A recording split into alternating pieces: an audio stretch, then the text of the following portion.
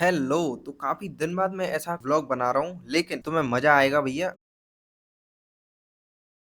ना देखें क्योंकि इसमें बहुत सारे पेशेंट्स को दिखाया गया है जिनको बहुत सारे डिसीजेस थे, उनको एक्सप्लेन भी किया गया है। ठीक है, तो बहुत इन्फॉर्मेटिव होने वाला है। दिल थाम बैठो दोस्तों। देखो, ये जो पेशेंट देख रहे हो ना, ये एक लंग डिसीज का पेशेंट था। ठीक है, तो किसी भी ऑर्गन सिस्टम को अपन एग्जामिनेशन करते हैं तो उसके 4 स्टेप्स रहते हैं। पहला स्टेप होता है इंस्पेक्शन, अपन को देखना है सिर्फ। दूसरा फिर पाल्पेशन होता है, पाल्पेट करके अपन को देखना है क्या एबनॉर्मेलिटी है। फिर परकसन आता है, परकसन में अपन टेप करके देखते हैं, तो उधर डलनेस और रेजोनेंस से अपन पता लगाते हैं कि क्या अंदर है। उसके बाद अपन ऑस्कल्टेशन करते हैं, जिसमें स्टेथोस्कोप लगा के अपन चेक करते हैं कोई एबनॉर्मल साउंड अपन को सुनाई दे रही है। देखो, सबको पता तो होता है कि फाइनल ईयर में क्लिनिकल पोस्टिंग्स बहुत ज्यादा होती हैं और हर कोई स्ट्रेस देता है उन पे कि भाई सीखो, तुम अच्छे से सीखो, सिखाने में कोई कसर नहीं छोड़। तो एक्चुअली होता क्या है वो पता जान लेते हैं। हम लोग वार्ड में जाते हैं, उधर पेशेंट होता है।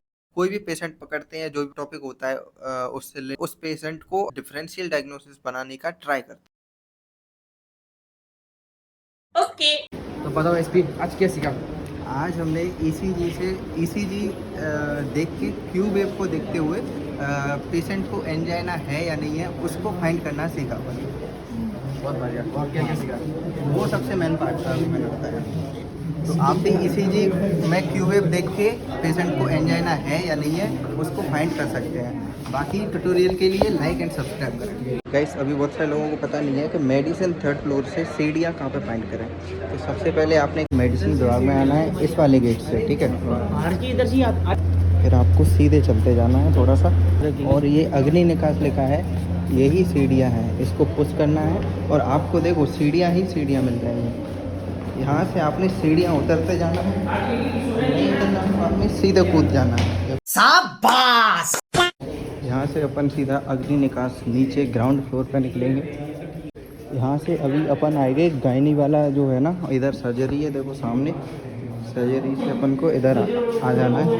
ये देखो, ये अग्नि निकास लिखा है, सामने डेंटल है। ठीक है, और ये कॉरिडोर में आ जाएंगे अभी अपन। ये देखो, अभी अपन आ गए ये रोगी सहायता केंद्र, इधर आ गए अपन। मुख्य द्वार देखो, ये सामने दिख रहा है तुमको मुख्य द्वार। और ये अपना लेफ्ट वाला सेक्शन का, ये लेफ्ट वाला सेक्शन है इधर और इधर। तो अपन आ गए ये सामने सीधे, ये देख सकते हो। इससे अपन बाहर निकल जाएंगे और अपन बाहर निकल गए हैं, देख सकते हो। पार्किंग हो गई अपनी। ठीक है, यहाँ पे सारे डॉक्टर्स की गाड़ियाँ पार्क होती हैं।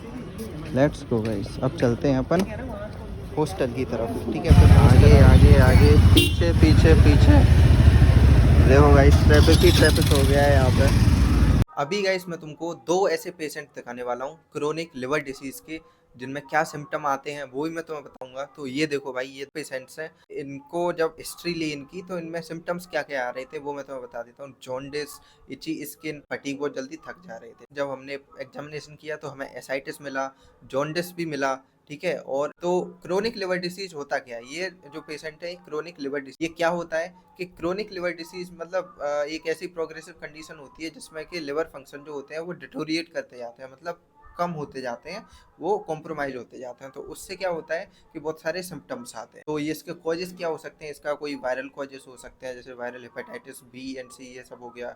ठीक है, इम्यूनोलॉजिकल कॉज हो सकते हैं।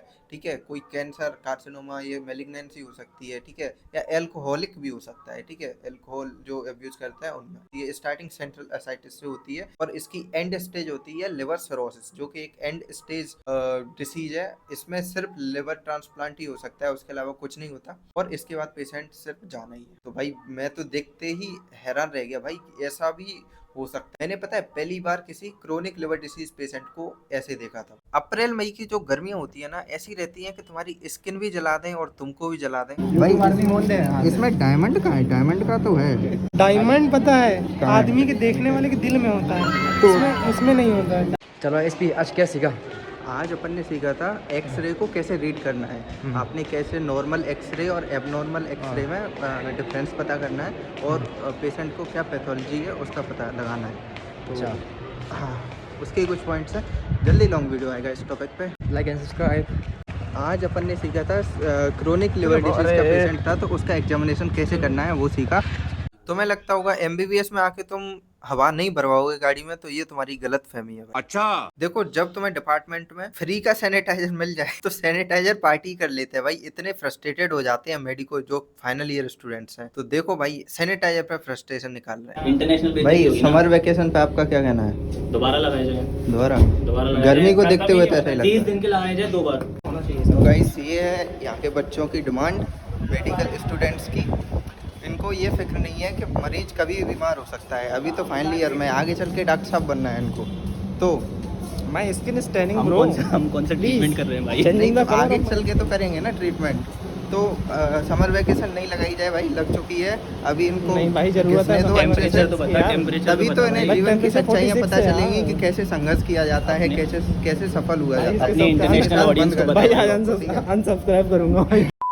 एक और पेशेंट देखने को मिला था हमको, जो कि थी एक आंटी स्प्लिनोमेगेली थी, जो कि पाल्पेशन पे एकदम क्लियर फील हो रहा था। उसके बाद फिर शाम को एक दिन हमने ईसीजी पढ़ा जिसमें सर लीड्स को एक्सप्लेन कर रहे थे। भाई ये लीड्स ऐसी होती है ना भाई, ये एक बार में तुमको याद होती ही नहीं है। तो सर बस अपना 100% दे रहे थे हमें याद कराने का, लेकिन हमें घंटा कुछ याद नहीं हो रहा था। अच्छा आ रहा है, अच्छा। शर्मिन आज क्या खाएगा? गाइस तुम लोग ये डस्टबिन देखते होगे ना, ये जो बायोमेडिकल वेस्ट मैनेजमेंट में पढ़ते होगे। देखो मैं तुम्हें बता देता हूँ। भाई रिजल्ट लगा है, इन सब का लिखा है। और ये भाई BMW वाले हैं, उनके यूज़ करेंगे क्या क्या डाल लिखा भी है, क्या क्या डाल सकते हैं इसमें। इसका हटा दो। और अपन याद करते हैं तो याद करने का कोई मतलब नहीं है भाई, बस एग्जाम के लिए है वो, बाकी इधर लिखा रहता है। तो ये कुछ केसेस थे जो हमें देखने को मिले और मैंने रिकॉर्ड किए। कंसेंट लेके फुल, कुछ से कंसेंट नहीं मिल पाई तो मैंने रिकॉर्ड नहीं किया। अगली वीडियो में thanks for watching guys, like share subscribe.